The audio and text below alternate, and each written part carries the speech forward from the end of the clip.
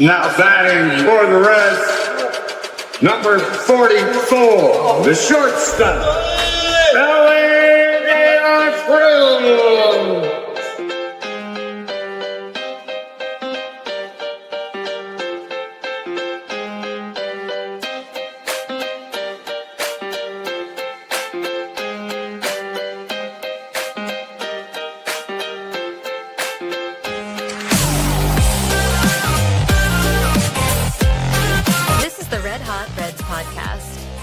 Here are your hosts, Ricky Logan and Roger Straz. Reds, a Cincinnati Reds podcast. This is a podcast that goes live at 8 p.m. on every Sunday, and it's hosted by myself. I'm all out of sorts, Ricky. I don't know. I guess maybe it's just because we did a show yesterday. But we go live every Sunday at 8 p.m. So check us out. I'm Roger Strauss. Also, my co-host, Reds on SI writer, Ricky Logan. It is our one-year anniversary show. We got a lot of shout-outs, a lot of things to talk about in terms of that, in terms of the Reds, in terms of all sorts of things in baseball, because baseball is here because it's the month where the World Baseball Classic's coming. March Madness is coming for anybody that likes college basketball. And then at the end of the month, we got opening day, a party in Cincinnati. But before we get into all that, Ricky, how is I guess I haven't seen you since yesterday. How's it been? Yeah, doing pretty good. Had a night out with the wife last night. It was nice. How about yourself? Reds lost today, so yeah, it's been good. It's good to turn over to a new month because it feels like January and February is super long with a long winter. Shout out Mark Fetters already in the chat with his 1 year. Let's go. Let's get into it. It's already we're getting already into it. It's been great to see Reds baseball. It's been great to celebrate 1 year in with all the stuff that has happened in 1 year. It's kind of crazy to kind of like think of it in that sense.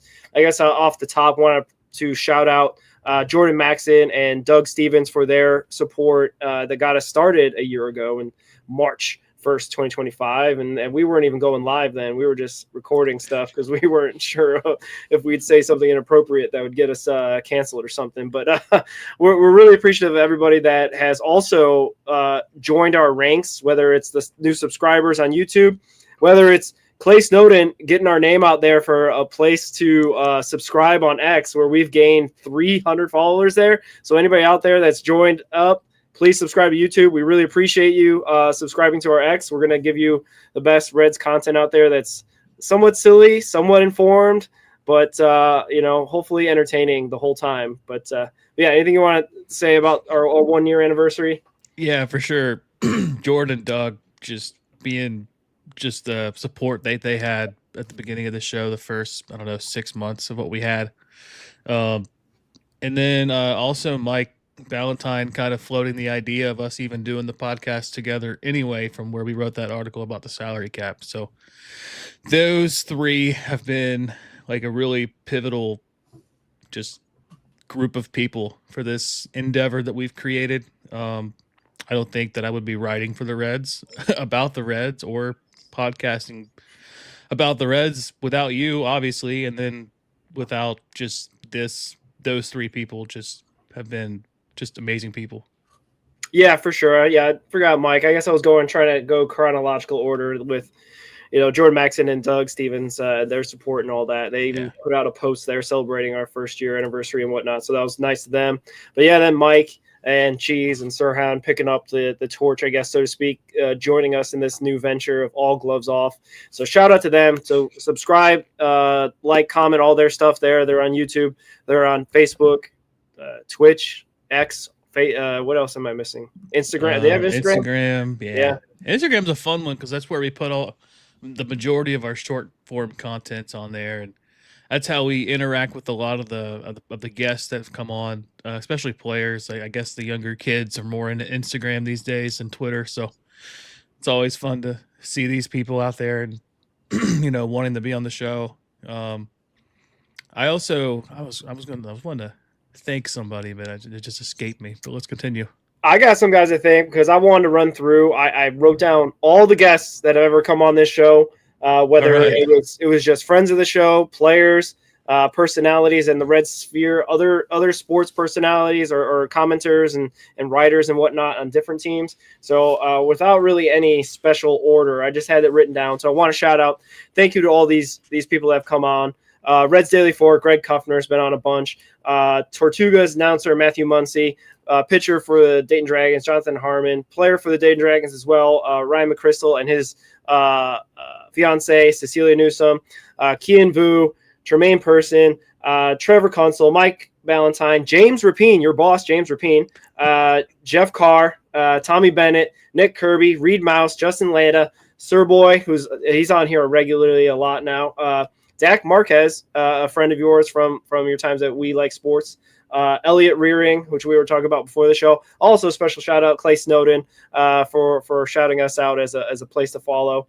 Tom Brenneman, and Austin Layton just got on the show just yesterday, so he's the newest Red Hot Reds official family member. And also, speaking of Elliot Rearing, congrats to him.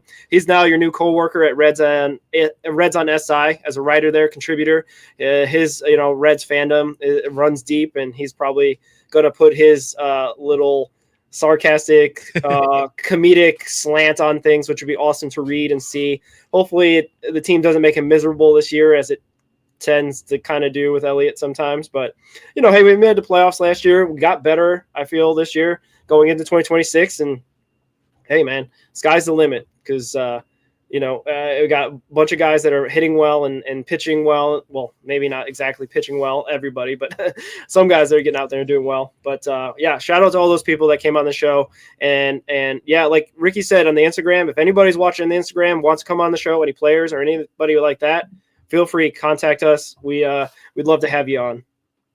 Yeah, and also shout out Mike Hart. He was a guest on there too.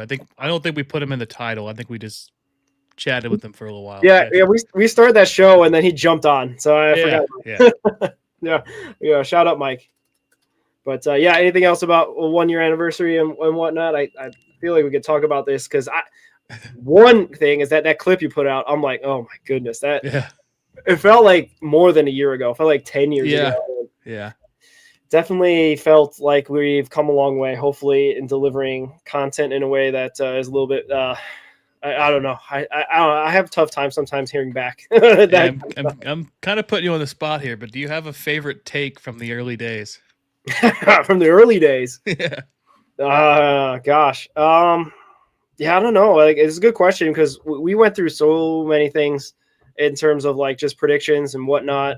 You're talking about like pre-River San Martin takes, right? Like, yeah, within the first, probably the OST days.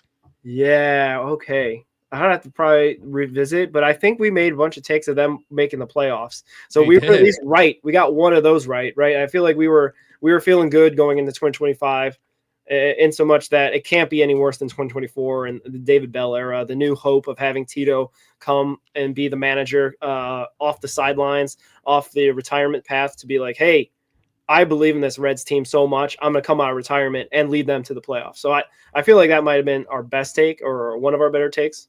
So what about you? Do you have any takes from then you remember? I can't remember. That's a problem too. I'd say probably two of my ones that I remember the most. Well, I guess three because I'm going to name one of yours was the Cooper Bowman take.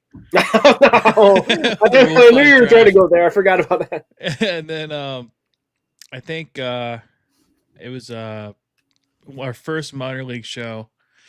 I had said that South State was going to make the team at some point during the season, which he exceeded. I think he exceeded all of our expectations. And then I'd probably say the Tom Brenneman interview, just as a whole, was just such a cool conversation. Just he's such a genuine person. Yeah, he messed up live on air, and he regrets it, and he's living it and learning from it, and just trying to be a better person every day. But just the conversations that we had with him, talking about the Boise State game, talking about the Bartman catch, and the aftermath of all that, meeting Michael Jordan underneath the concourse, and just all those awesome stories we had with him was just kind of set us off to get us rolling. He was our first real interview. He was probably our our longest interview. He seemed like he could have went on for another hour had we had more material prepared. But yeah, I'd say those three kind of stick out. I guess I remember that differently. You're talking about having stuff prepared for Tom. I remember just sitting back and just having my jaw on the floor with some of the, like I had to stop myself from smiling. Right, he obviously has that gift to obviously he's still a professional broadcaster, so he was able to spin a tale, and we can just sit there and kind of kick our heels up and listen, because that's all I remember. Because that makes it, I guess, our job a little bit easier. Because sometimes we do prepare for these interviews, we burn through the questions super quick, and then we're like, so what are you doing? Like, how's your off-season program going? So with Tom, it was like we couldn't.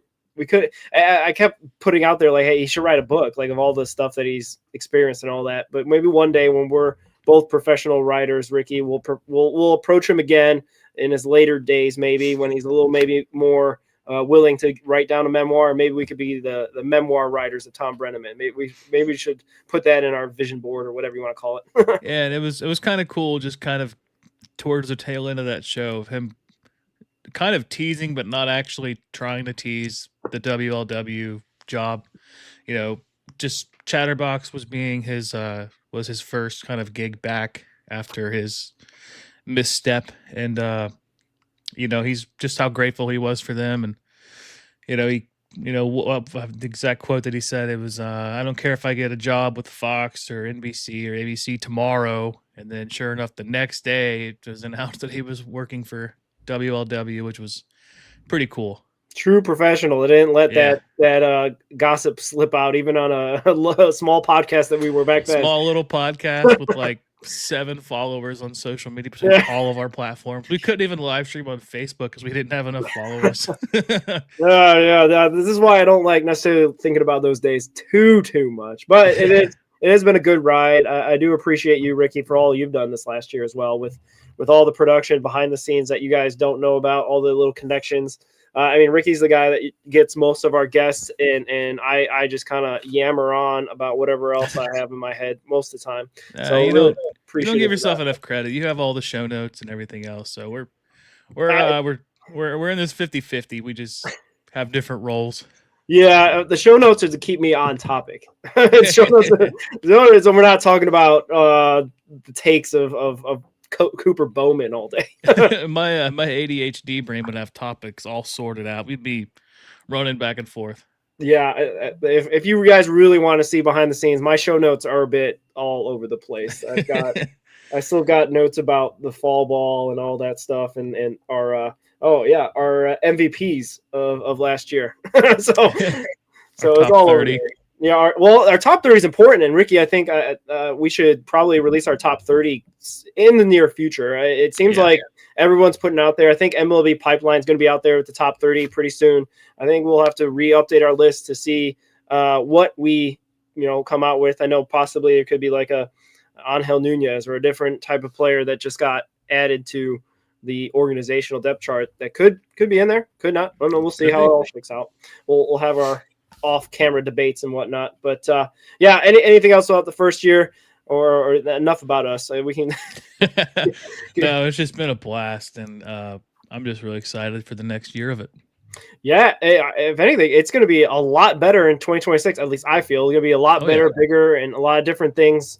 Because I think we finally maybe know what we're doing a little bit. We kind of got a little bit of handle on what exactly we're also talking about as well. And Carrick points out MLB Pipeline top 30 is out on Tuesday. So all you minor league followers, sickos like us, check that out. We'll be probably posting about it on our socials and all that.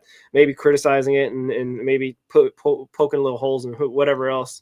I guess kind of speaking of Carrick and minor league, let's run this real quick, and we'll announce the date we're going to start doing this. Little teaser.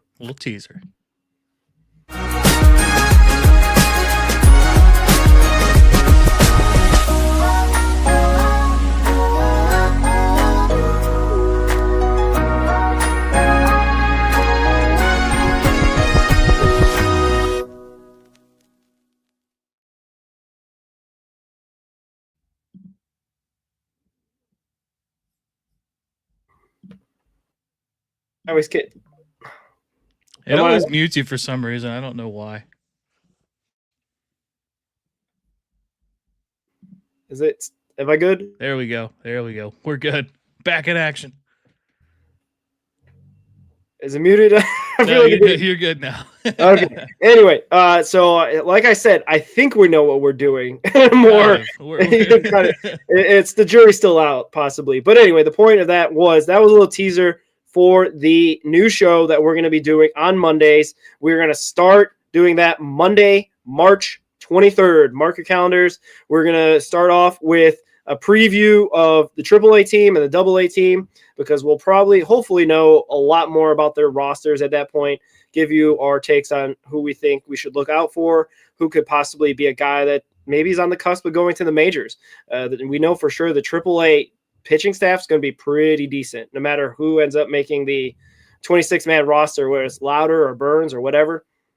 It's going to be a pretty nice starting rotation down there for your Louisville Bats. But again, put that on your calendars. We're going to start a new show, Minor League Mondays, March 23rd. So we really appreciate all those that follow us. Like Carrick really kind of is a good help in this category as well with minor league info, and he shares a lot of stuff on his Facebook page, the Cincinnati Reds Farm System page. So check that out as well. They got a big community there that just loves the minors, loves and supports the players too. That's the thing I think maybe I should talk about. If the 1 year anniversary show, the 1 year thing that I've kind of like taken away is that I'm glad that we found a community that roots for this team, but also like really roots for these players. I know everyone's going to have their problems with ownership. Everyone's going to have problems with the front office. Everyone's going to have possibly issues with Tito's lineups and whatever. But the community I think that we're growing, the community that I think we're a part of with Carrick's is a community that really supports the players, supports the team, and will be Reds fans forever. So really appreciate all you guys that are part of that. And again, thanks to Carrick as well. Yeah, because there's the 26-man roster that you see every day, but there's also the guys that are the future of the team, and just kind of getting to see their stories as well, and kind of connecting with these players, knowing that they're working towards that ultimate goal of becoming a major league player. And whether it's with the Reds or they get traded or whatever happens, it's just cool to cover these guys. Yeah, for sure. The unique thing about baseball is, like in other sports, you get drafted, you might be in the starting lineup the next week. Yeah.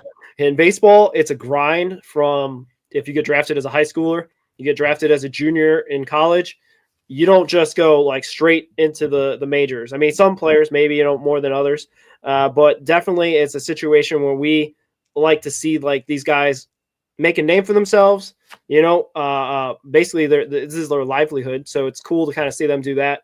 But we are really kind of getting into really, I wouldn't say we're prospect huggers, but we definitely appreciate our prospects and we want them to succeed, because if they succeed, your Cincinnati Reds will succeed. Yeah. I mean, there's a fine line between being a prospect hugger and knowing kind of what you got, in the future. Obviously you need to know when you need to move players. I mean, it's always tough though, because you people don't realize that you're messing with human beings also. Just because they're not on the major league team, they're still young, mostly young kids. Even the reported 12-year-old that got signed, as Carrick's pointing out. I don't know, Ricky. I don't think our Minor League Mondays is going to be covering 12-year-old Dominican players too much, unless a story like this one kind of pops up from time to time. But we're going to mostly focus on, I think, the guys that are in our system, guys that maybe, like you said, also could get drafted. Like the MLB draft's a big thing for a lot of our followers. I know there's a nice, decent crop of college players. College baseball has kind of gotten better, to be honest with you. I feel like college baseball in the past kind of got, maybe degraded in terms of maybe looked down upon because, they play with metal bats, or these guys couldn't get drafted in high school or whatnot. But it's gotten a lot better product, and the players that the Reds have drafted at least have been really impactful coming out of college, one way or the other, whether it's pitching or hitting. So yeah, we'll definitely cover the draft as well. Yeah, absolutely. But yeah, I don't know if you got anything else to say about the 1 year anniversary. I think Carrick is admitting This must be a safe space. It's a safe space. You can admit this. I have nothing against prospect hugging and whatnot. These guys, put a lot of work, blood, sweat, and tears into their job, and we root for them. Unfortunately, they don't all work out, and that's kind of the other side of baseball that happens from time to time. But yeah, like Ricky was saying, respect them as people and want to see them succeed and be able to become wherever, even if they don't end up as a Cincinnati Red. Maybe we'll see a guy down the road somewhere else that we'll definitely maintain that respect and love for them and admiration for sure. Yeah, Jose Barrero is a prime example for me. Yeah, there's always the one that got away. There's always that. But anyway, all right. Well, let's get into some topics of the day, since I think we've talked about ourselves again a little bit too much. But there was a interesting comment. I forget exactly what it was that called it out. MLB Network or somebody like that had called out the Reds ownership about being a bit stingy. And I only brought this topic kind of out because it kind of coupled along with the salary cap leak, or I guess report. I guess Manfred was talking to the media, so it's not really a leak, but it was kind of putting it out there, the possible numbers for a salary cap. And I believe it was like the 250, 246 as the top of the cap, and then there was a floor of like 130, 140. And Ricky, you can check me on that. I'm just going off my memory now. I've got to pull that up. But that was kind of the thing, like the fact that, coupled with this CBA that's coming up, the CBA expiration on December 2nd, 2026 is when that deal will be done. And coupled with the Reds being a smaller market team that, Ricky, you've said many times on this show, just as the money that Phil Castellini has in his bank accounts, it's not like some of the others that run baseball teams. And also, we've lamented that he has a bunch of other minority owners that we don't know if he does any fundraising calls or whatnot. I think Bob and Phil probably have a little bit, maybe a little pride, and they don't really they don't bother those other minority owners for possible more money. I'm guessing they kind of did maybe with the Suarez thing, because that maybe that could be a thing that a lot of the minority owners agree on. Like, yeah, we'll do that. We'll pay a little bit more for Eugenio Suarez to come back. But what were your thoughts when the Reds ownership got called out, and then also the salary cap talk this week? Yeah, you were pretty close on the cap and floor. It was 260 to 280 for a cap and 140 to 160 for a floor, which I think is low for a cap anyway. Yeah, I mean, I'm kind of torn on ownership. I know I've said it before, like, yeah, we're not happy about ownership spending, and we know that they can spend more. But when you look at the list of owners and like who's the richest and who's the poorest, like when you're the poorest owner and you're kind of churning out mid salaries, like I'm not defending, but it's kind of commendable a little bit just to be able to do that. And they're not taking anything from the other minority owners, like you said.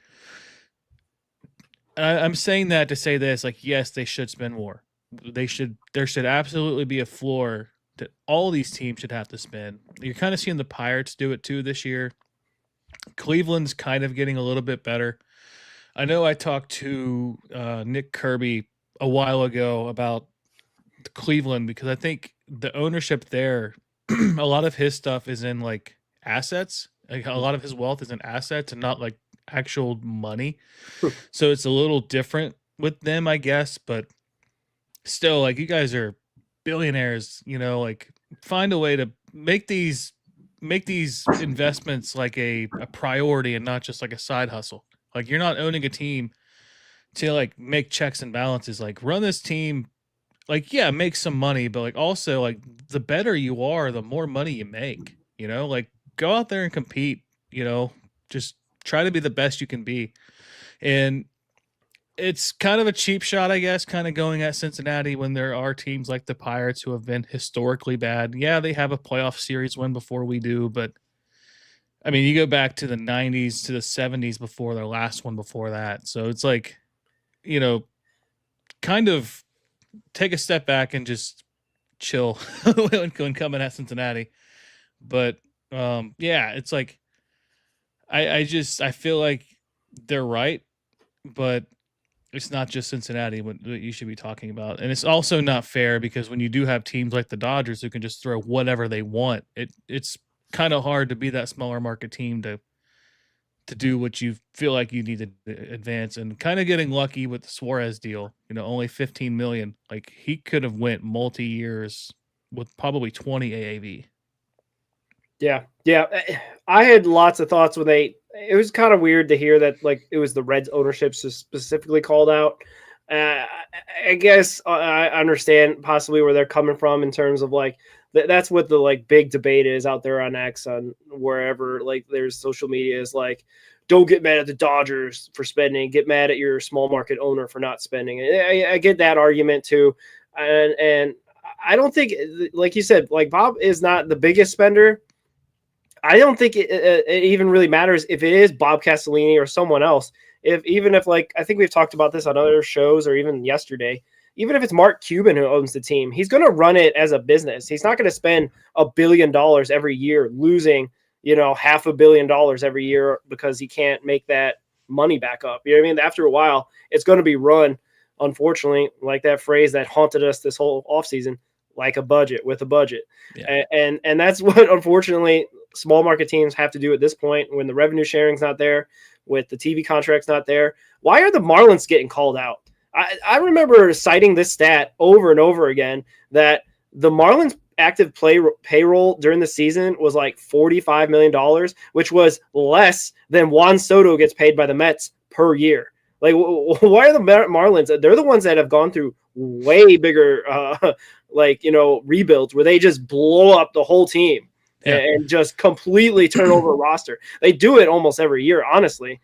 Not necessarily like a huge blow up, but they get roster off of that all the time.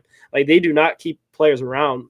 I would say even worse than like Cincinnati Reds or even the Cleveland Guardians. The Cleveland Guardians re-signed and restructured, Jose Ramirez's deal, but like he's not going there cheap. Obviously, if he goes to a different team, he could get like much bigger money. If he goes to a bigger market, but that's the issue. Is what we're trying to all fight. Is how do we make small market teams be able to retain their stars? Because that's honestly what the salary cap issue is. We're not going to be able to retain in the system we have Elly De La Cruz. Why? Because there is no salary cap to keep Elly De La Cruz from even thinking of taking the smallest amount of money possible. So there's that. That's the kind of the biggest thing, I think, is what maybe the salary cap isn't the fix to keeping Elly De La Cruz in town. Maybe there's some sort of, in the NBA, they call it bird rights, where you have the ability to sign your guy first and the other teams have to either match it or whatnot. But that's kind of a basketball thing, which already has a salary cap. So there's kind of that as well. I guess I'm mostly frustrated at the fact that Cincinnati Reds have not been the least amount of spenders either. So why are they the ones that get after in the media? I understand our fans going after it because I got some stats for that too. Okay, yeah. I understand the fans going after ownership because that's what fans do, and they want their team to be the most competitive every single year, no matter what. They don't care what the budget is. That's fair. But the national media to go after Cincinnati, go after the Marlins, man. The Marlins they're beggars. They're paupers. What is the phrase? Poverty franchise. All right, so I'm gonna I got the Marlins payroll over the last 25 years. I've got the Pirates payroll over the last 25 years, and I got the Reds payroll over the last 25 years. All right, let's hear it. So the Marlins last year were 30th. The year before that, 27th. The year before that, 23rd, 26th, 28th, 27th, 29th, 23rd, 20th, 28th, 30th, 30th, 29th. You have to go back to 2012 when they were 10th at $101 million. Wow. And then for the Pirates, you have last year, they were 26th, 29th, 27th, 28th, 30th, 30th, 28th, 27th, 24th, 20th, 24th, 28th, 26th, 30, 28, 29, 28, 27, 27, 27, 29, 28, 20, 24. You have to go back to 2001 when they were inside the top 20. They were 19th. Okay. And then for your Cincinnati Reds, 22nd last year, 28th in 2024, 26th in 23, 21st and 22, 17th and 21, 16th and 20, 15th and 2019, 22, 25, 25, 16, 11, 13, 18, 20, 18, 22, 19, 22, 21, 17, 23, 17, 23, 21, 22. So you're telling me Cincinnati deserves to be called out for being a non-spending team when the other two teams, like I've just mentioned, are constantly 30th and 29th and 28th, like year over year over year? I know there's not a Marlins podcast, but Ricky, do you remember what happened in 2012? I do. They built a new stadium, signed all these players, and then the next year or the next offseason, shipped them all away. So the Marlins should be the prime example of people just teams that don't spend. Like, come on. Anyway, I guess I'm just caping up for Cincinnati and Bob in an indirect way. Yeah, but then you've also got like the city of Miami, which is like the 18th largest media market in the country. And also a media market that is heavily Hispanic, that a lot of Hispanics really love baseball. So they need to figure it out because they have possibly you Ricky, you talk about tapping into the Cincinnati market to try to find revenue and what have you. There is no, obviously I don't know exactly everything about Miami, but that feels like a market that would be ripe to see a bunch of their Dominican, Puerto Rican, Cuban players playing for your Miami Marlins and like playing, in front of how many ever 38,000 people they could put in that stadium. Well, what gets me too is you also have got Miami. What I say, the 17th largest. It's top 20. Yeah. Pittsburgh or Cincinnati's 37th. Pittsburgh's 27th. Like You're telling me like these teams are like Cincinnati's outside of like Major League Baseball. Like there's 30 teams and they're 37th in media market. Pittsburgh's 27th in market size, and Miami's in the top 20. And you're bitching about Cincinnati being this team that doesn't spend, and it's like the last few years they haven't spent as much. They've also had a lot of young talent that you're trying to get out there, and they're actually playing well. Minus 24. But 23, they had the explosion of youth. 22, they completely shut it down, the rebuild. And then that rebuild happened like that. That might be like I don't think that anybody expected that rebuild to be as fast as it was. No, I don't think so. Yeah, that did. The turnaround was big. Usually the turnaround's a lot slower for around. Look at Miami. There's like a once every 25 years kind of thing. Yeah, for sure. Yeah, and just get some comments out here. Carrick, I think, put up here that the way I see it, players can't complain about teams not spending if they refuse a cap. Only way to win is by tanking. Yeah, that's definitely true. Like you think of like how the Houston Astros dynasty kind of came about. They lost like 100 games 3 or 4 years in a row, got a bunch of draft picks, broke into the St. Louis's scouting system. By the way, I think that kind of gets lost to history. Lots of cheating going around. And then all of a sudden, in the mid 2010s, they're winning World Series after World Series. So anyway, not a Astros podcast. They won one World Series. One? Okay, you're generous. Which one is that? The first one? The second one, I guess. I don't know. Okay. 2017 doesn't count. Yeah, and right here, shout out was this Greg Graves. Will the Reds win 90 games? I certainly am predicting so. I think that is the minimum they have to win if they want to be a legit team. Because you think about the NL, for the most part, they've gotten better. Even the Pirates got better.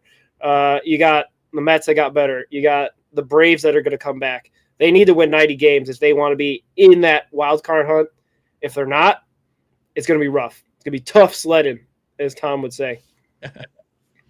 So, 90 is the minimum, I feel. Yeah, I feel like I guess my official prediction is between 88 and 92. That's my range. I think if you can catch the Brewers on a year where things just don't click, maybe the injury bug catches up to them with all the pieces that they ended up shipping off, and you kind of hope Chicago doesn't improve. I mean, they did lose Kyle Tucker. I don't think Bregman's really much of an improvement over Tucker. Maybe, and they also lose an outfielder, and they get an infielder in Bregman. And Who they got knows? Justin Steele back. They do get Justin Steele back. I think PCA, like, he really struggled towards the end of the year after making the All-Star team. Yeah. Does he develop? Does he continue to improve? He's got a ton of talent. I mean, he's fast, has a lot of power, kind of Ellie-like in a way. And then Pittsburgh, I'll say, like, the moves they made, like, they could win 85 games. Like, that could happen. But when you have Paul Skeens and you have a decent rotation behind him, it's not out of the realm of possibility that the Pirates are over 500. Yeah, no, for sure. The NL Central, except for the Cardinals, got better. Let's and then like the Cardinals, though, like they're retooling through the trades and the draft and the international pool and the minor leagues. Like who's to say they don't have a 23 Reds resurgence? Like anything's possible. Yeah, it's baseball, man. Anything is possible. Speaking of anything is possible, our Redlegs are hitting the snot out of the ball in Arizona. And I understand that it's Arizona and maybe the air is a little bit thinner down there. And the pitching maybe is not as effective because it's hot out there. Maybe they don't have the best grip of the ball and whatnot. Our Redlegs, at least, with the rose-colored glasses of spring training, look awesome hitting. We obviously – last night's show or last evening show, wherever, spring training. Saturday. Yeah. I don't know what day it is. I'm just, I gotta get, it's almost Monday again. So I gotta really get locked in for, but anyway, Matt McLain's back. As far as we can tell, he looks like he's taking nice swings at the plate. Doesn't look like he's missing, terrible pitches or swinging at terrible pitches, which he had been known for in 2025 a lot, looking like he's just not comfortable up there or whatever it was. But so far so good for Matt McLain. Like I said, we did the live stream yesterday and he hit that one in the first inning and got us off to a start, which is something we'd love to see going into 2026, especially because, like Ricky talks about in the show, he had a great start to 2025, looked himself, fell apart, possibly the shoulder wear and tear, fatigue, not getting a lot of rest out there, not getting a lot of days off, possibly could have. Maybe he was pressing, maybe doing all sorts of things, trying to make up for lost time since he missed all of 2024. There's a lot of factors that could have made Matt McLain's 2025 season so hit and miss, so inconsistent. But 2026, I think it's got to be the year he puts it together, because if he's your third or fourth best hitter, that means you're probably having a pretty successful season, at least at the plate. Yeah, I've coined the nickname Matt Thick Clain, because he looks noticeably larger this year. I think he said he put on like 15 pounds of muscle during the season and during the off season, so noticeably thicker. And who knows? Like we saw with Joey Votto when he had the shoulder surgery. Granted, Votto's a lot older compared to Matt McLain. He's I had shoulder surgery. I had a pretty solid shoulder surgery. It took a long time to get back to normal.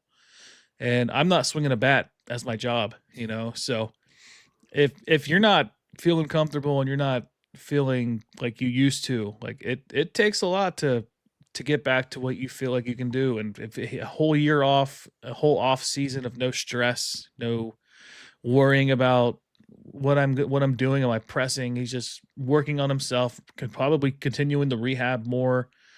And it's showing. It's spring training, don't take a whole lot of stock into it. But I mean, if he can be back to what he was in 23, and you have a Noelvi Marte who could be a really good hitter, you have obviously Ellie and Suarez, and you add in McLain to that mix and Spencer Steer, like there's 5 legit hitters on the top half of this lineup. And then you sneak in guys like Will Benson, we'll talk about it later, but Nathaniel Lowe, if he makes this team, Sal Stewart. I mean, like the sky's the limit for this offense. If they can just hit the ball hard, and they've been doing that all spring. I think they've hit a home run in every game this spring. Yeah. And Federer says it sometimes it takes a year to recover. And I feel like we heard a all shucks Tito Francona quote this offseason talking about how he should have rested McLain more. He kept putting him in the 2-hole when he probably should have dropped him down sooner. There's a lot of those kind of comments coming out about Tito the year after. Maybe he should realize maybe in the moment this year more, like, hey, maybe just kind of like, give him a little rest by putting him down the lineup a little bit. But going into this year, at least I think me and you thought, oh, for sure, Noelvi Marte, put him in the 2-hole. No, that job I think might be contested by It's going to be a good competition. And we love that, and that'll be great if he does compete for it, because he started off the year that, and we thought he was the number 2 hitter.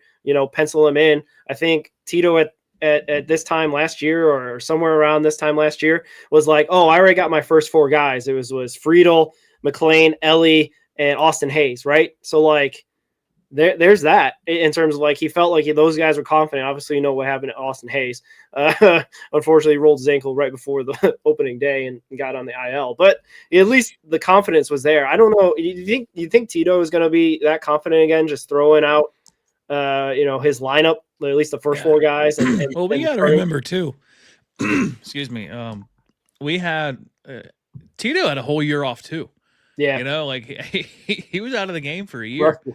So maybe he was just rusty. Like maybe we get Tito magic and we get some red magic going on too. And like Carrick points out in the chat, Edwin Arroyo prospect, he had shoulder surgery same time Matt McLean did. He had a rough year last year, not terrible year, just no power. I know he's working on his swing, trying to get more loft on his swing. And then Mark Fetters also points out that JJ Bleday might be the odd man out. Nick Krall really likes Bleday, and he's playing really well this spring. It's going to be Will Benson might be the odd man out, and that's going to be a tough decision to make, because I think Will Benson's earned a real shot. And we've signed so many outfielders. Like maybe Dane Myers gets optioned down, but he's hitting the ball hard in the spring too. Yeah. He's had 2 of his hardest hit balls of his career this spring. I mean, luckily, I think everybody that they've acquired has options, so like they could send them down. But luckily, with Bleday, he's a lefty that hits lefties better. So maybe that puts a right-handed hitter like a Dane Myers out, and that's going to be a really tough decision. And I think Nathaniel Lowe has earned a spot, and it's going to be a tough decision for him too, because he is a former Silver Slugger award winner. I put out an article on him just a little bit ago. If you look at his numbers for when he played with Texas, he was a 122 OPS plus. He had 89 home runs, and he, obviously won the World Series with Texas. And he goes to Washington in free agency and to start 25, struggles, gets traded to Boston. I think he gets traded, and then he just struggled, right? Maybe a change of scenery, maybe, getting back to what he could do. He could become what the player that he was. And and based off the quote that he gave Charlie Goldsmith, I think he's willing to accept a bench role, which is pivotal to have a player like Nathaniel Lowe caliber who could, be the lefty DH when you have to rest Suarez, or he could be the first baseman when you got to rest Sal Stewart. It's a good option to have. And I feel like we have way more outfielders than we have infielders, and the infielders that we have, it's a lot of moving pieces. Like you have to move around a lot to kind of make it work. And I don't know. I feel like we have a lot of first base DH players with like 2 legit infielders in McLean and Suarez, or Ellie De La Cruz. Yeah. Oh, for sure. Yeah, and there's some good comments in here. I am thinking with Carrick, Benson and Hines are going to be, again, the 2 guys out, kind of like this time last year as well. They got sent to AAA.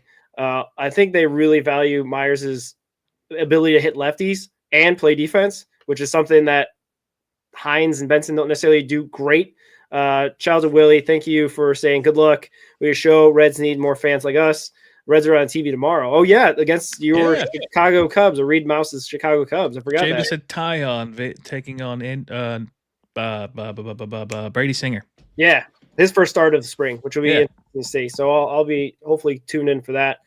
So yeah, it's good. It's one of the only games. Oh, actually, the Reds are going to be on ESPN on Thursday as well against the Dodgers. So they're going to be on TV a lot this week. So tune in, see how the boys are doing. Yeah, definitely. We have talked about Dane Myers being the backup to TJ Friedel. They keep talking about how TJ Friedel played too many games last year, and I don't know if that's like some sort of knock on wood, like, hey, we're not sure if he's going to be around 150 games like he was last year, so we'll have Dane Myers as the insurance plan. JJ Beday's been playing well. Dane Myers been playing well. I mean, Benson and Hines, I think, unfortunately, at this point, we'll see. There's still a little bit more to go for spring training. It's kind of an interesting battle out there. And then you also kind of throw in Spencer Steer on the outfield, right? Like he's kind of he's a utility infielder, kind of, but he might not play first base if they go with Al Stu or Eugenio Suarez sometimes. So you got to throw that kind of wrench in the plans too. They got a lot of competition for places, which is a good thing. It's a good thing because like I make this joke all the time. At least we're not in like a Bubba Thompson territory where he's the 26th man, right? We feel like we've got major leaguers in all 26 spots. At least we could.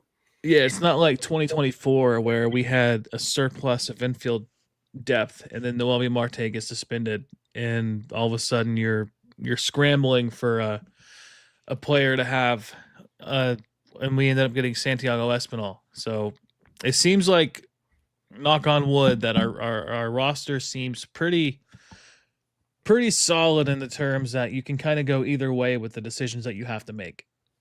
Yeah, and this is a good point. Lowe, Myers, Bleday, the last three spots. We are going to be doing a 26-man roster show later in the month when it starts to get more and more clear. Probably around this time, 3 weeks from now or so, we'll probably have a 26-man roster show, trying to figure out what we're going to do. Last year it was so kind of like controversy. Stu Fairchild was supposedly going to be in that 26-man, and then he gets waived, right? At that point, he gets traded to Atlanta for not running out a pop-up or something. Yeah, it was a crazy time to be a Reds fan, especially if you were a Stuart Fairchild fan, which I think I got his jersey in the closet. I think my niece still might be a Stuart Fairchild fan, I believe, but you never know. Maybe not anymore after that. But and also I think he's getting married or did get married. Can't remember. I think he did get married. Yeah, shout out Stu Fairchild. Chinese Taipei, World Baseball Classic. Yeah, they put out a hype promo for him. He's their like star. He's their guy out there. So we'll see that. I think March 4th is the first game for Chinese Taipei versus Australia. Yes, and Fetters, I agree. Anything is better than Connor Joe. Oh man, yeah. Well, let's fingers crossed. No real big injuries, like you mentioned. The Noelvi Marte stuff of getting suspended. There is a lot of moving parts or a lot of things that can happen that causes things to be moved around or whatnot. But if it is Nathaniel Lowe, who is your 26th man, that sounds like a heck of a lot better than what we've had in recent past. Like I'll take that. So that's really good. And Greg Graves, we are going to get into the pitching staff because that is the next part that's a bit concerning, but hopefully not so much. But before that, Ricky, have any other thoughts about the excellent hit and also the stat of the day? All 6 hits from Elly De La Cruz this spring have been extra base hits, which is something we were clamoring for. We want extra base Elly. Extra base Elly, man. No more singles, no more walks. I mean, I guess you can get walks. Give me the walks. He can then get steals. But what I mean, like, it felt like the extra base Elly has been missing since that 23 that you were talking about, the cycle. Like that exciting Elly. Hopefully he is back. Yeah, absolutely. It's just fun seeing the ball leave the ballpark. And we haven't even seen a CES bomb yet, and we haven't seen I think, what was it? Will Benson was the first home run of the spring. Yep. Man, that was like 465, I think it was. And Nathaniel Lowe's today was 111 off the bat, 460. Yeah, someone on X commented, like, what are they feeding these guys down there in Arizona? I think the ball just travels a lot faster, man, and a lot farther because even JJ Beday's was like 460. Right. Yeah. I mean, it kind of lends itself being in. It's almost like playing in Colorado. Yeah. The elements are a little bit in favor, although it's kind of the opposite because it's in the valley. Like Phoenix is down. So I don't know how that does with. But anyway, the point being is that dry air, I guess. They just hit the snot out of the ball. Pitchers do not necessarily have great outings. And a couple of our pitchers have not had great outings. Unfortunately for our stream last night or yesterday, whatever, I keep doing that. Yesterday. Let's go. Yeah, yesterday. It was it was not good for Hunter Green. He got rocked in the first inning, and it was kind of the same story for Andrew Abbott today, getting rocked as well. I guess more kind of broader questions. Are you concerned, Ricky, at this point, or is this kind of like, okay, spring training? We've done that to pitchers in spring training. Is that just kind of nothing really to worry about? I just think it's how it is. I'm not worried. I'm not worried. I know Hunter was working on the new pitch, the two seamer. He Abbott kind of got hit hard today, but you're kind of learning. Like you got to learn. You're basically learning the strike zone again in a way with ABS. And spring training is a lot of just tinkering, learning your arm action again. Your first time pitching in a game in months, so I'm not worried. I'm confident that Hunter Green's going to be a legitimate Cy Young candidate this year. Andrew Abbott could seriously contend for an All-Star again. Like, I'm not worried. It's spring training. For Green, because we watched that yesterday specifically, I'm not as concerned because the guys that he went up against were major leaguers for the Brewers. Yeah, right? He went up against their A squad. Jackson Churio, Sal Frelick, Andrew Vaughn. Like this, if he was going up against like their Double-A guys, they're minor leaguers, and he's getting rocked, I think that's a little more concerning that they're timing him up that well. If major leaguers are timing him up when he's working on stuff, not the worst thing in the world. You'd love to see him go through stuff. I mean, Rhett Louders looked awesome this spring. Burns, Chase Burns has looked awesome this spring, and that's all positive and everything like that. But there's also that adage in spring training, like you can't really take. Let's hope not. They are close to the border there, Mark Fetters. But like, hopefully that this is a situation where you just take, with a grain of sand. You can't. Anyone that hits 500 in spring training isn't going to be the next Barry Bonds. Anyone that has a 45 ERA is not going to be out the league in the next couple starts. It's just weird, small sample size. And luckily for Hunter Green, he got pulled out in the first inning without recording an out. He was allowed by spring training rules to come back in and get 3 outs. So at least he got some work in, wasn't just shelled and then put on ice right away. So he at least got some work in to get some outs on the Brewers. It just kind of was our a watch along curse, Ricky, I feel. Yeah. I had a quote pulled up. I just lost it. Oh, for him. And for Abbott, I didn't watch the game admittedly today, but I'm sure he's working through some stuff. It was against the Athletics and I don't know. I guess I'm trying not to be too concerned. What you definitely don't want for spring training is guys that are talking about how something is tweaked or something's hurt or something's not feeling right in their body. So that would be a bigger concern at this point. Say, like you said, Hunter Green's working on a new pitch and he just felt like, oh, I felt something when I threw it. That's big time concern for spring training, right? Yeah. So Abbott, after the game, he allowed 4 runs in 2 2/3. He said, I gave up some hard hits, some hard contact, not ideal. Overall, I felt good. I was executing in the zone early, doing a lot of the little things right. Staying healthy is the biggest thing. And then with Hunter Green yesterday, he said the results weren't great. Going in the plan, especially adjusting to the ABS, was what I wanted to fill up the zone. I was probably too middle today. It's a good hitting team. Trying to find more of those corners I can taper and work from there, fill the zone up, and then as I adjust, I'll start getting those corners, ball to strike to balls. I stuck to my plan and definitely wanted to fill the zone up probably a little too much. Yeah, for sure. We got some comments here just to run through real quick, Ricky, before we I got Damon Rice saying 44. And Ricky, do you know who the last guy to hit 40 home runs for your Cincinnati Reds? Eugenio Suarez? Yep. We had 49, right? And that is something that we would love to see as well, alongside of Ellie. Do we get 2 guys hitting 40 home runs this year? If we got 2 guys hitting 4, okay. I should preface this because this is where we get into, I guess, some tricky territory because this is not obviously Velika ball to hit 40 home runs. But do you remember when we were watching? I think maybe the A's. We're talking about the A's last year, and they've got all these guys that got like 30 plus homers, 100 RBIs. And they won 67 games. So just hitting 44 home runs isn't going to win ball games per se.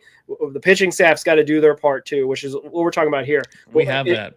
If we got 2 guys that hit 40 home runs in Tito's Cincinnati Reds team, which, basically he's all about winning the game 1-0, we should be in that 90 win range for sure. I'd like to say.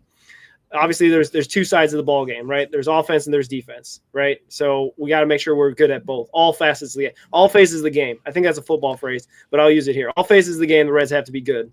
So I guess if you take last year's lineup at just put it at 0, and you add 10 home runs to Steers and Ellie's home run totals, like how many more games do you think they win? Oh, Like if the 6, lineup 7 maybe, and like if the lineup if the lineup is, let's just say if they do exactly the same as last year, and you add 10 home runs to Steer and Ellie, they probably win 6 more games, 7 more games. But then you're also like this year, like we could have a better Matt McLean. Is Ke'Bryan Hayes going to finally hit the ball? And if he doesn't, at least his defense is going to save runs. And then obviously you're adding Suarez to that lineup, and then you have Sal Stewart playing his full first year in the majors. Like we had 2 guys hit 20 last year. We could have 4 guys hit 20 this year. We could have 5 guys hit 20 this year, and we could have 2 guys hit 30. I guess that's more my point. If we're spreading it around where it's 4 guys hitting 20, then I think we are a better ball club. If it's just Eugenio and Ellie and everyone else is kind of mid, then we might not be winning as many games as we think. Yeah. Some more comments here. I think Damon Rice talked about uniforms. This year should be a new City Connect, and they haven't announced that any ticket packages City Connect Fridays. Yeah. Oh, they announced that, you said? No, there hasn't been. There's not a single City Connect Friday. I want to say I went back and forth with Gingersaurus Rex on X about this. I was saying X a lot there, but he said that they didn't really announce it until like right before the season. And I want to say, if I have my tinfoil hat up, I want to say they've been doing a lot of promo pictures at spring training right now. I wouldn't be surprised if they've taken some new photos with that new jersey and they're just really ready to ramp up or roll out the promotions on the new jersey and whatnot.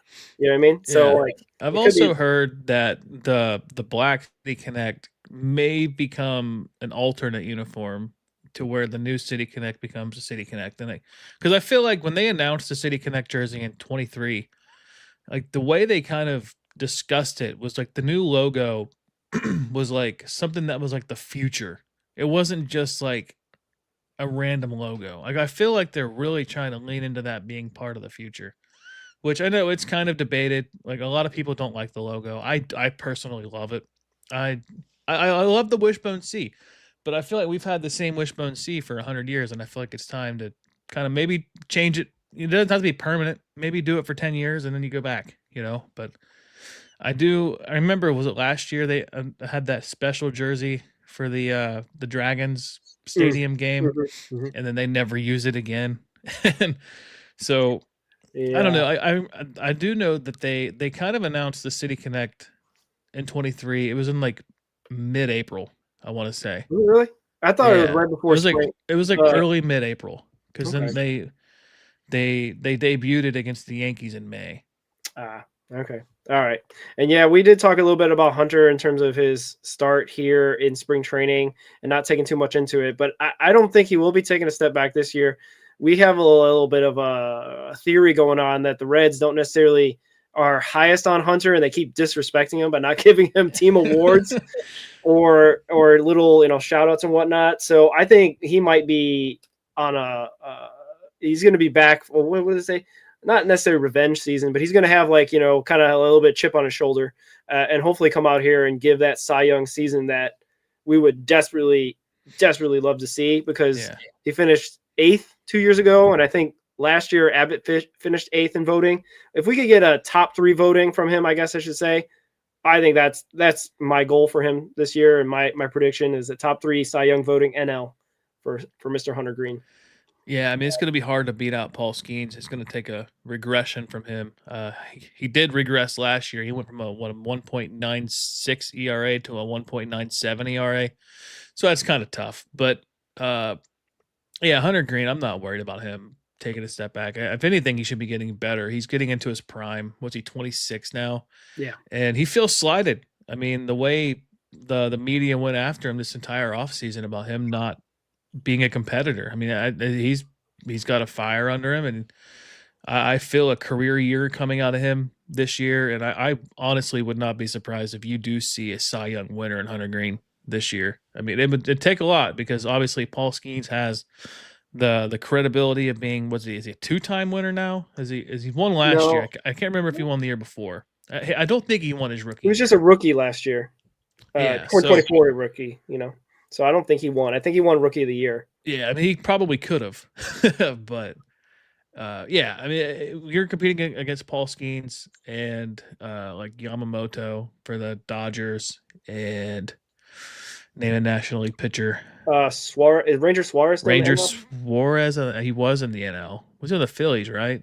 Or Christopher Sanchez. Maybe that's Christopher Sanchez. Yeah, there's lots of good pitchers in the NL, but Chris Sale, like Hunter Green. I mean, he's young enough. He's got a fire under him. I think he's got a legit chance to win it. I'm not too worried. Yeah, I disagree though, Fetters. Winning does not make the pitcher Pirates uniform look better, in my opinion. They still look like losers to me. So hey, I'll say this though about the City Connects. They play differently in those uniforms. That's where you got to cycle, right? In the City Connect? It felt like every Friday, it didn't matter what was going on. It felt like there was something crazy that was going to happen that night. I mean, we saw Jamer Candelario hit home runs in those uniforms. Yeah, that was probably the day that you did a pregame with Mike Hart. It was, and we had Friday Night Candy, man. I'm going to miss Friday Night Candy. All of Reds Nation had diabetes trying to get him going. Well, yeah, maybe we could do some sort of spin-off show with some on this channel. Ronnie Snyder says Gino, Ellie, McLean, Steer, all 30. That'd be nice, especially for Steer, because he's hit 20 a couple times, and we obviously have documented a lot that he spent half the year injured. I'll give you a sneaky one to hit 20s. Friedel, what do you have, 19 a couple years ago? 20 a couple years ago? Friedel could hit 25. I mean, I think at 23 he had 20. I would take Marte hitting 30 before Friedel and Steer right now, in my opinion. I was saying Friedel hit 20, 25. Yeah. Okay. Maybe. Yeah, I'd like to see it, definitely, because, like I said, I feel like they got that insurance plan with Dane Myers. I'd like to see 150 games out of Mr. TJ Friedel, because that means he's healthy and playing and hopefully effective. But, hey. Friedel had 14 last year. Really? Wow. And then why do I think I thought he was a single digit 13 guy. and 24. So in less games in 24, he had 13, and he had 18 and 23. Doesn't he have that sneaky, like, weird reverse splits? Like, he's got that crazy. All of Friedel's home runs are pull side home runs. Yeah. He's never gone center, and he's never gone away. That's so crazy. Anyway, we're still talking about pitching, I think. But yeah, we are. May looked like, I saw for the box score, blew up again. Unfortunately, I'm thinking he's going to be a AAA pitcher to start the year. Yeah. Just because even in the games that we watched, or I watched with the Reds, his control has been not bad, not on point. Maxwell didn't look good the other day too, where he had 4 straight walks. Yeah. But I mean, I don't know if a guy like May and Maxwell are struggling, this might be an opportunity for our guy Trevor Kunsel to make a name for himself. Hey, he obviously had the one opportunity to close out the game couple games ago, like Monday or something like that. And happy birthday to him, right? His birthday was yesterday. Yep. So shout out to him. I think you're right, Ricky. You've been talking about him starting out in AAA. I think that if the Reds like him as much as we do, he might be out there at Louisville and knocking on the door to be, I don't know, just thrown in the bullpen somewhere, making a debut this year. So and Tony Santillan made his debut today too, an inning, 2 hits, 3 strikeouts. Okay. All right. Yeah. And that was kind of, we knew that they're going to be a little bit less, I don't know, taxing on him going into spring training and whatnot. And Pagan hasn't had a debut yet either, right? So I don't know. It's been actually looking good. Pagan did pitch today too. He did? Oh man. See, he pitched an inning, 2 hits, a run, and a strikeout. An unearned run. Yeah. So Mark puts out there how we feel about the bullpen. I think we're feeling pretty good. We got a lot of competition for places again. I feel like we're saying that all over the place in the different units of the Reds organization. But, like we haven't really even talked about this show a lot about Brock Burke or Caleb Ferguson or, who else could be even thrown in there? That guys that we haven't really talked about too much. I mean, Connor Phillips had a good outing today too, so I So think bounce he's back. really bounced back after the last game. Maxwell bounced back. He did give up a run, but he didn't walk anybody, and he had a strikeout. But the run was on a home run. Okay. So we feel pretty good going into we were kind of annoyed a couple months ago when they were all talking about, oh, we need to build up our bullpen. We need to build out our depth in the outfield. And that was around the time when we were still courting Mr. Schwarber. So that was kind of annoying, but it's something that they actually needed. Pierce Johnson, that's a guy we haven't talked about a lot too. And I saw him. He pitched yesterday when we were doing the live stream, and he had a 1-2-3 inning. So I feel pretty confident. I don't know if they are a top 10 bullpen. They were right there about the top 10, 9, 10, 11, and some metrics for our bullpen. Hopefully they can stay around that range and be just as productive and effective. Like I said, the stat that I threw out there is that they led the majors in 0 days rest for relievers. They just threw guys out there every single day. Obviously, you talked about Centillion, also Pagan, also Barlow. Yeah. I name any other kind of guy that Tito manages the bullpen, but he also leans on them really hard sometimes. Yeah. So hopefully we'll be in a good spot going into 26. Yeah, if there's one person I trust right now, it's Cheeto with the bullpen. Yeah, he kind of had to use the guys that he had last year, but I don't know about them being a weakness. They might not be the strongest asset, but I don't think they're going to be the reason why we lose games. I guess if that makes sense. Yeah, I still think the offense is still going to be not what we want it to be. But Caleb Ferguson Saturday pitched an inning, gave up a hit, had a walk and a strikeout. Pierce Johnson on Saturday, an inning, 2 hits, 2 strikeouts, no walks. That was all the big name like threats to make the team. You go back to today, Connor Phillips pitched an inning, didn't have a walk, I believe, and he had a strikeout, so he had a clean inning. Maxwell had, I think I talked about him, he had a hit, a run. Luis, like he said, Triple A for him, I think, is where the best place for him to start. Ton of potential. I mean, we're talking closer stuff with him and Maxwell. And you can argue Connor Phillips. May had a third of an inning, 2 hits, 4 runs, 4 earned runs, 2 walks, a run, or a strikeout, and a home run allowed. His ERA is 40.50. Carrick brings up in the chat that Jose Franco may be the 8th man in the bullpen. I just don't know. I feel like they're going to use him as a starter in AAA. He is on the 40 man, so he's an easy man to move up. But I think they're going to see what Chase Petty has this year. And if Chase Petty doesn't pan out as a starter, I think he's got good bullpen stuff. And, I wouldn't give up on Franco just yet. He is a little bit more experienced compared to Chase Petty, but Chase Petty, I think he'll be the first one to get moved to the bullpen out of the 2 starters. But I think the AAA rotation is going to be really good. Like if we can go like it's Franco, Chase Petty, Louder or Burns, one of the 2, and Brandon Williamson. Like I think that's a legit rotation. That's a major league rotation. And I just think that, like, with the bullpen's sake, I don't think they're going to put a rookie in there and expect him to be like a 6th inning guy, 5th inning guy, kind of be the Nick Martinez. I don't think they're going to roll with that kind of guy this year. I think they're just going to push the starters as long as they can. And then obviously, I think Ferguson can give you more than an inning. I know Maxwell, his debut game, he pitched 2 innings. We've also got Graham Ashcraft, former starter, can be stretched out, pitch 2, 3 if you need him. Ashcraft, maybe our take last year was that Ashcraft could be the closer before we had really kind of leaned into Pagan. I think Ashcraft could become that new Nick Martinez type guy. Yeah, we weren't really talking about Ashcraft at all this spring. He had I think, got blown up a little bit one time he came in. Yeah. It was weird because they did start Jose Franco that one day for spring training. It might have been the Sunday a week ago. and they just pitch 1 inning. So I think their plans are actually to have him be a bullpen guy.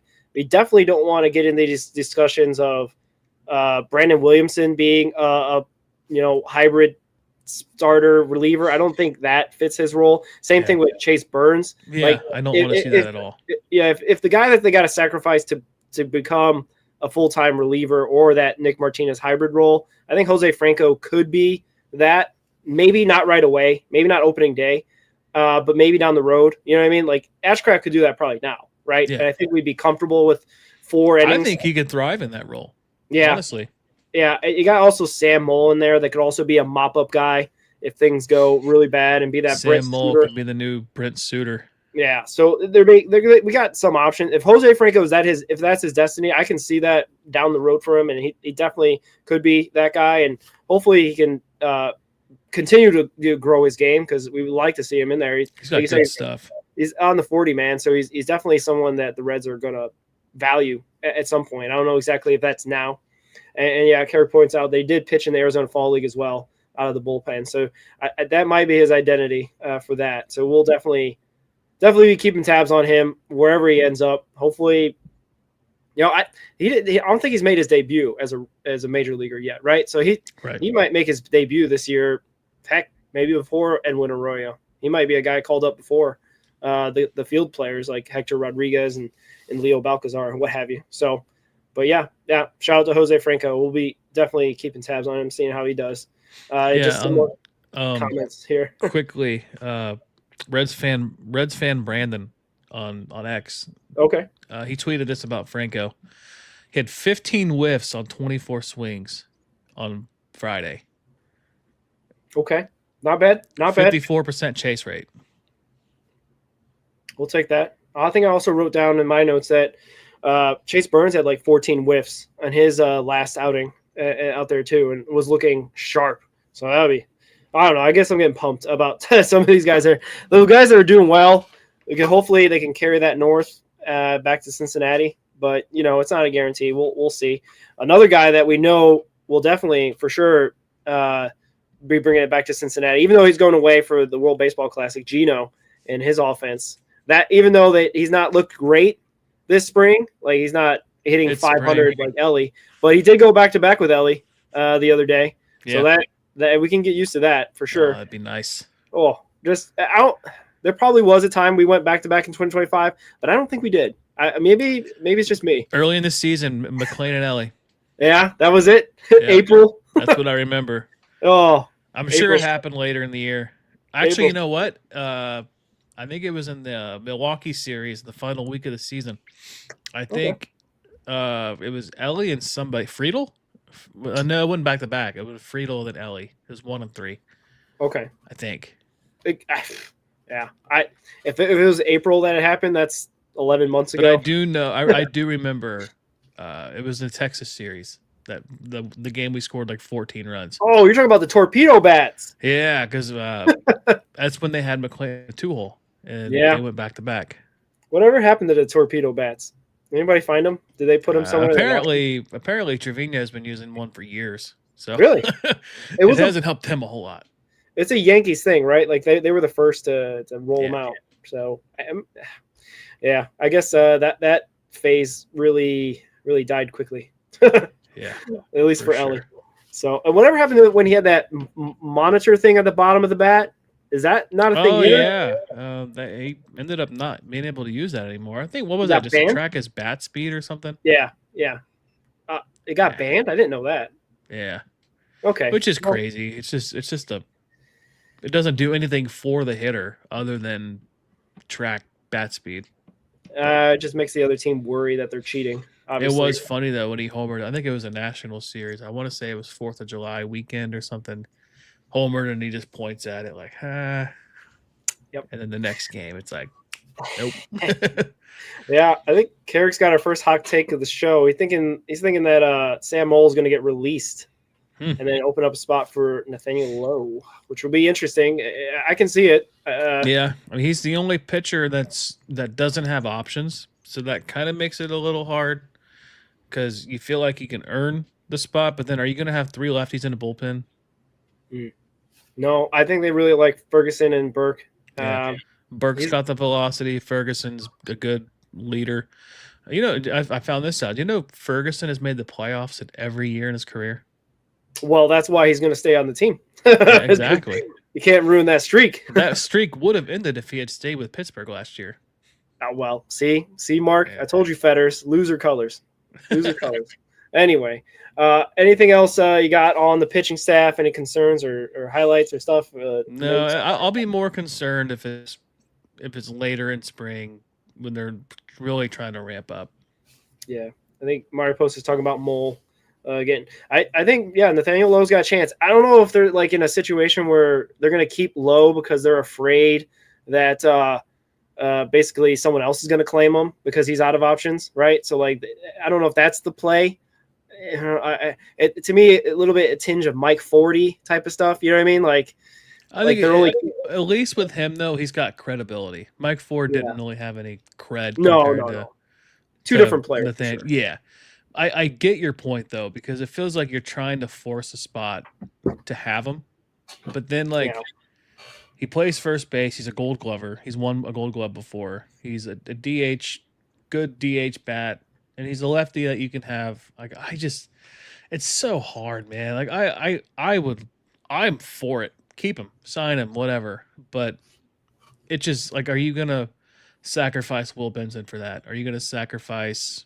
You know, you got to sacrifice an outfielder to keep an infielder at this Yeah. point because you're not gonna. There's nobody in the infield I'm sending down. Like you're not sending McLean down. You're not sending Steer down. You're not sending Stewart down, unless they're not confident in South Stewart, which I don't see that happening. I think they're also high on him because there probably is going to possibly be an injury somewhere. You know, I mean, look at Hayes. He rolled his ankle the 2 days before opening day, right? So that can always happen. It could obviously open up a spot for him, and then we don't have to have these conversations of crowded whatnot. I mean, that's what happened to McLean when everyone's like, "Why do we still have Jonathan India on this roster?" And then Jonathan India is playing every game in 2024 and playing out his last season ever as a Cincinnati Red. So, shout out to Jonathan India. I Hey, think he got a raise, right? He did. Yeah. Well, I think what kind of threw a wrench in the plan was trading for Key Brian Hayes because I think we were all expecting South Stewart to take over third base, and then obviously you would have Steer looked pretty well at first, but I think Steer's best role is playing every day in a different spot and just he's a bat you need in the lineup. He's serviceable enough in every position he plays. Like he's a decent outfielder. He's got a good arm. He prefers playing second base over everything. And then the only place he doesn't really play is shortstop. And you don't need a shortstop because you got two shortstops in Ellie and McLean. yeah, and maybe Edwin Arroyo sooner than later. So He's looked good this spring. yeah, I'm excited to see him in Puerto Rico. Just a little hot take there. I think he has a good World Baseball Classic. I don't know if he's going to make the Final Four or the finals. I don't know if Puerto Rico's that good, compared to like the Dominican, Japan, U.S. and whatnot. So it'll be interesting to see how he performs. So it'll be good. But any other thoughts on that? We got a couple more topics. It's going to be a little bit shorter today because we're just ramping up for the season. We got all our other stuff we're going to be doing. But it did happen almost a week ago. On Monday, Joey Votto showed up on Jim Day's podcast, and it was kind of cool because, Jim Day, obviously is a very likable guy. And I think he even said on the outset of the podcast, like, this is going to be the longest Jim Day podcast ever because they just didn't want to edit it down because Joey Votto, I guess, was that compelling and talking about all the different things that have been going on since he's left Cincinnati and whatnot. But yeah, there was a couple of things that stood out to me in the hour 45 long podcast. Were you able to listen to it, or did you see the clips that came out of there? I didn't get a chance to listen to it. I kind of caught some highlights of it. I saw where he mentioned moving the fences back in Great American Ballpark. I thought that was an interesting take. I kind of agree with it. Kind of, I feel like the ballpark plays to home runs, but it doesn't have a good gap. If you're hitting them all in the gap, you can be held to a single if you're a slow enough runner. And I think that's about all that I caught on him. I'll have to if you name something, I'll probably know if I caught it or not. He did talk about ABS. We talked about him, how great it would have been if he was in the ABS era. And technically, he did play in the ABS era because the story he went through with Jim Day is obviously after the Reds bought him out after the 23 season, he signed a minor league deal with the Buffalo Blue Jays, I want to say. And he went and played there for a bit, couple months, got hurt and whatnot. So it wasn't the most pleasurable experience for Joey Votto, obviously trying to rekindle the last bit of baseball for him. But he did have a story that he did have ABS. And what ended up happening is that, and obviously they had ABS for a couple seasons in the minors, right? So like 2021, I believe. He had a call that he thought was a ball that got called a strike, challenged it with the ABS system, lost it, and then I guess promptly thought, oh, well, this is it. I can't, this is not for me anymore, and retired the next day and said, no, I'm not, thank you for, Buffalo Blue Jays for helping me out, but I'm no longer ready to do this anymore, and retired after that. And I think that was, around the time that I think the Reds were visiting the Blue Jays in Toronto, and he saw them in the locker room. I remember that happening in 24. Yeah, as well. he retired the weekend that they were, or the week or whatever, they were in Toronto. So a little bit of a reunion and whatnot. So that was the one thing, because we were like, oh, Joey Votto would be 1,000% on all the challenges and would never miss one, and has such a good sense of the strike zone and whatnot. And literally the one time he had, over. So maybe it's just, it depends, right? Because, a lot of guys obviously have good eyes. A lot of guys might just maybe pick the wrong time to challenge and whatnot. And so far, the Reds have been actually really good. I think there's a bunch of stats out there. They're Codified Baseball put out they're the best team in challenging in winning. ABS. Yeah, and then the rest of the NL Central's in the bottom half. Yeah, and you know who's last? Los Angeles Dodgers. They're -8 on the plus minus of winning versus losing their challenges. So, I mean, we watched the Blue Jays yesterday challenge 2 in the first 2 innings and lost both of them. Oh, the Brewers, yeah. Brewers, yeah. Yeah, for sure. The Brewers. If this is what undoes the Brewers' voodoo magic, like that would be awesome. It's like all of a sudden they're really terrible. This is how they're cheating. We've all assumed they were cheating just for their voodoo magic, or just getting all the breaks. It just turns out all of the MLB umpires were like conspiring against getting them the correct calls, and now they can't deal with it anymore.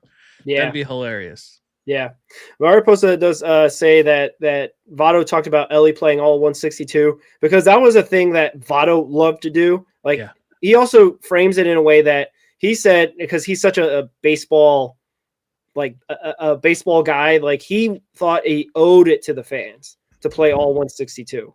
Like it was just kind of like a part of his being, that he would be a guy that gets out there every single day because he saw that it's the hardworking fans paying the money to see him. And it's kind of like that Michael Jordan quote, right? Like Michael Jordan said, I play every game because there might be a kid in Cleveland or a kid in Minnesota that has never seen me play. So I owe it to them to go out there and give them a good show. And it's kind of like Votto's vibe as well. It's like, and I can see that in Elly as well, because like he's such a fan favorite. Even people outside the city can see his magnetism, his charisma, or Riz, as the kids say.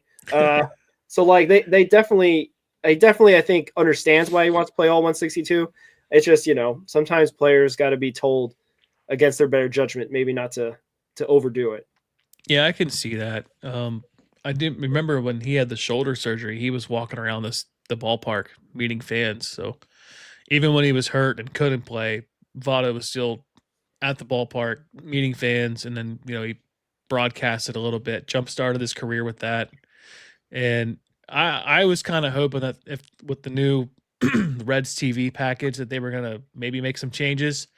And I would have loved to hear Sadak and Votto as like the home package. Like that it seemed like that would have been cool. But I feel like there might be some animosity between him and Cincinnati in a way, just because the way everything ended. Well, heck, not to bring up the Pirates, not a Pirates podcast, but it feels like they're doing the same thing to Kutch over there in Pittsburgh. Yeah. They had like an unofficial last dance, right? Like, because everyone kind of felt in 23 this weird, like, oh, we're playing really well. Votto, was coming back from injury, but he, contributed.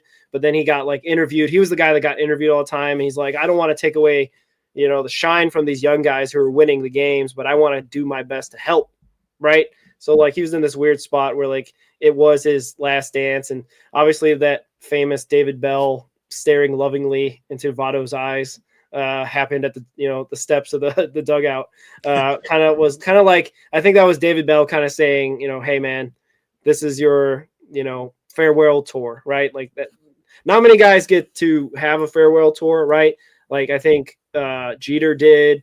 I'm trying to think of some other recent ones. Miguel Cabrera. Like baseball sometimes retires you before you're ready. So yeah, it definitely felt like unofficial. And like I said, I hope Pittsburgh Pirates do well by Kutch because he's been good to them. Just on he's that. been the best player they've had since Roberto Clemente. Yeah. Well, Dave Parker played for them. Yeah, I guess Hall true. Famer. Yeah, And wasn't the 70s team World Series winners? We Are Family. But we're going back a ways. Yeah, but that was after Clemente, I think, right? Anyway, not a Pirates show. That just shows you how much we know about the Pirates. Yeah, we'll get a Pirates beat writer on and we'll chat him up. Maybe a Pirates on SI writer we'll hook up with. Maybe I'll reach out to Platinum Key or something. Oh yeah. I know some Pirates guys. He's one of the good ones. I do like okay. Key. I thought he was one of the ones in your mentions. I mean, he has been, but when you're defending your team that you love, I understand it. Yeah, I got you. And when you just blatantly spit out lies and try to act like your players are better than a certain player. Like we're all talking that O'Neal Cruz is so much better than Ellie when Ellie's younger and better. Yeah. The O'Neal Cruz experiment in center field should be what Nick Kroll and Brad Meador should be looking at because that isn't the spot. I think we've talked about just yesterday. Corner outfield. Center field's hard, man. Like you have to. It's hard. I mean, we saw Marte when they moved him out there in the Dodgers series. He got spun around a couple times too. He made a catch, but you get spun around easily out there, and it takes a lot of repetitions. You can't just throw a guy out there and expect them to do good. And we saw O'Neal Cruz give up on balls. I think he forgot he was a center fielder on that one play when it just rolled past him. Like a typical shortstop, the ball gets passed and you wait for the center fielder to go pick you up. It's like, look, dude, you're the center fielder. Go get the ball. It's 10 feet behind you.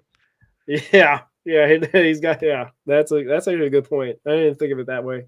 Yeah, well, shout out to O'Neal Cruz. Hopefully he can learn from his mistakes, maybe. But anyway, any other thoughts about Votto and Jim Day and all that good stuff? He'll be on NBC Sunday Night Baseball. I've been saying it's gonna be interesting. I think I'll tune in at least just to hear him and see what he's got thoughts on the games and stuff like that. So we'll see. Yeah. See how it goes. Yeah, I'll have to give it a full listen. Just the highlights that I've seen have been awesome. Yeah, and Joey Votto doesn't love Joey Votto? Yeah, he's just so Canadian, man. You know what I mean? Like the way he talks, he's just so polite and he's just like thoughtful. I don't know. I don't want to put the bad vibes or bad kind of hex around him. He's going to be in the hot take game, the analysis game, where you don't have an hour 45 to think about your career and what he did. He does have a unique insight because he actually said this on Jim Day's podcast, just real quickly. He actually doesn't think he knows a lot about hitting. He feels like he knows about pitching more and breaking down pitching because of how he had to study pitchers. You know what I mean? He wasn't having to watch other guys hitting tape. Right. He knows watching himself hit. Right. He knows what works for him and doesn't work for him. Right. But he's not studying how Miguel Cabrera hit the ball. Right. He was more like into what mechanics of the pitchers are doing, which will be interesting because okay. Kershaw's on that team too. Yeah. Like, is Kershaw going to be like talking about hitters and how to get hitters out? Maybe. I don't know. It's going to be interesting what analysis. It's going to be a fun dynamic. I think they picked the three best possible people for that job in Rizzo, Kershaw, and Votto. I just three potential. I'll say at least two potential Hall of Famers. I'm not sure about Rizzo. I think he was on track. Yeah, he's his amazing. Career ended a little early. Yeah, and he's kind of a bygone era. Just hit home runs and nothing else. Yeah, he's kind of really got the World Series. But he'll be a Cubs Hall of Famer. How about that? Yeah, there we go. So if they have team that. Hall of Famers, two potential pro baseball Hall of Famers. Yeah, I guess Canadian hockey fans are not so nice. since they lost that Olympics and whatnot. So Yeah, they shout out US booed hockey the team. national anthem on the Oh, hockey did- tournament last year. Yeah. Oh yeah. Take The that, 4 you bunch of mooses. Yeah. That's for 2010 for Vancouver. Anyway, yeah. So I don't know if you got anything else, any hot takes or anything like that. We previewed Minor League Mondays. Tune in for that. Starting Monday, March 23rd, we're going to be breaking down the minor leagues rosters, AAA and AA to start. And then the following week, the single A teams, Daytona and Dayton. And then we'll be going, a live covering on Mondays, all the what's happened that week, all that's happened in the minor league systems, all the way down to DSL when that gets started in mid-June or whatever. So any other hot takes or anything you got, Ricky? Any articles coming up? I got one coming out on Nick Kroll talking about the team trying to take the next leap in their development coming out tomorrow. So that'll be in your feeds on Reds on SI. Nice. Oh, I did text you in the middle of the week. I did have a take, and I think I'm going to surprise you on this take because the take is about spring training streaming, right? Everyone from Greg Kuffner to your grandma have been complaining that there isn't any streaming of these spring training games. You got to listen to the radio. And again, I'm a pro radio guy. I love Tommy Thrall, love Cowboy, so I'm not too bothered by that. I'm bothered by everyone wanting everything on demand. You know what? You people that want this streaming so bad, if you want to see the baseball game, fly out to Arizona because that's what I'm doing. Fly out to Arizona, see your Redlegs in person, see them and support the team if that's you want. I understand everybody wants everything on demand with streaming and everything like that, but no, not spring training. There's like this old, kind of, I think it's actually contractually like that where they're only a limited certain amount of games. And it's also maybe kind of like some secrecy stuff, like how preseason stuff, NFL teams don't like to give away their plays. So they run different plays in the preseason than they would the regular season. There may be a little bit of that, but baseball is not like that where they have set plays and everything. I think also it's just kind of like this mystique, right? Your team from the north, we're in the Midwest, I guess, but a team from further north goes down to Arizona, goes down to Florida. They work on their game. We hear all the hype. We hear all the reporters and the buzz, and then they come back up with this renewed. If we had rights to stream every single game and we saw CES striking out in every breaking ball pitch, I feel like my optimism would be a bit quelled a bit. It'd be a little less so because I'd be like, oh, I've seen the bad tape on the Reds. But if I'm just hearing about dingers and I'm just hearing about, back-to-back jacks, hey, we're going to win the World Series, baby. We don't need streaming and spring training. We need just to get out to the ballpark, support your team. If you want, like me, come out to Arizona. It'll be great. I sent Ricky the 10-day forecast, and it's sunny, sunny, sunny, sunny, sunny, sunny, sunny, sunny, sunny. Yeah. No, it's actually cool. It's like in the 70s. It's actually going to be kind of nice. If it's in the 90s, I'd be like, oh, like sweating. But it's actually going to be a little bit – it's like it'd be 77 and sunny, which I think for them is like winter. Yeah. That's right. So, but I don't know. That was my take because I'm like, what? I understand Greg. Greg lives in Atlanta. He may not, or Georgia or wherever. Sorry, I didn't want to dox him. But like, Atlanta area. Yeah. So like he lives there, so he doesn't necessarily get to go to a lot of Reds ball games. So he's the guy that always is streaming the game and all that. So I understand that. And some people, I get it. But you know what? Spring training's got to have this era mystique. Go out to the ballpark, right? Go to Goodyear. Go to Phoenix. Check out the game live because I don't know. It's better that way sometimes. I know we live in a streaming world where we're going to watch all our NFL games on Sunday Ticket or whatever, or Red Zone. And then we got all the MLB TV package or whatever. So like, I don't know. Get out to the ballpark is what I'm saying. Yeah, I was hoping to do that too, but had some things come up. But I do have a care package coming out. I know we have some people that do want to meet up. So I got some Skyline and some spaghetti to go with it, and I got some Grippos chips. Yeah, I'll take you with, Fetters. Come on, get on the plane. I'll put you in my stowaway. Or whatever He's your carry-on bag. Carry-on, that's it. I don't know why I said stowaway. I feel like it's a ship thing, right? I'm not taking a boat to spring training. That would take a lot longer. But yeah, anyway, I don't know. I'm going off topic. Anything else, Ricky? No, just we made it, man. It's been a year. We made it a year.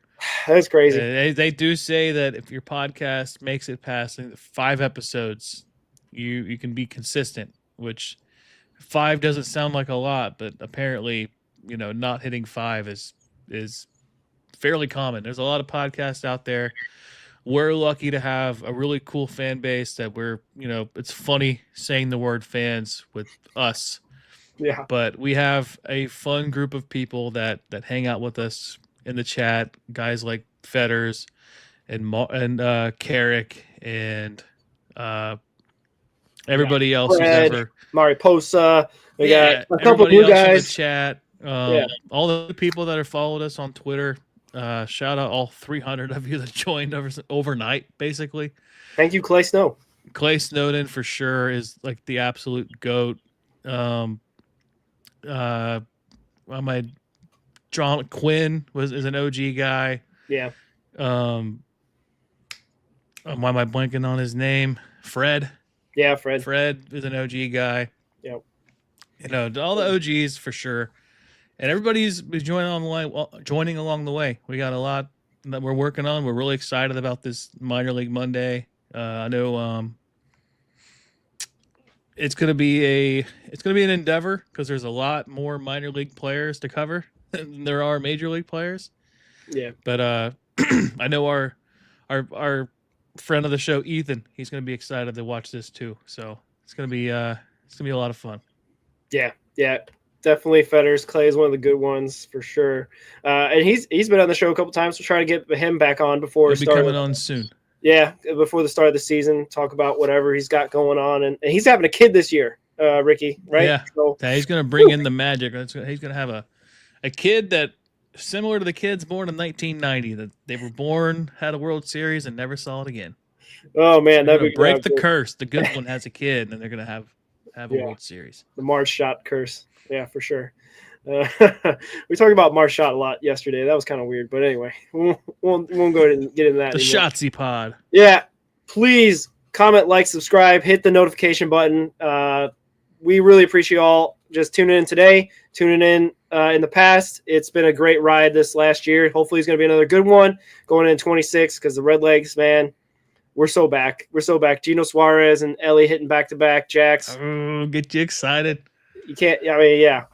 Let's just get the season going. I guess I'm getting a little impatient a bit, but I don't know. If you got nothing else, Ricky, let's do our sign off. Let's go Reds. Go Reds.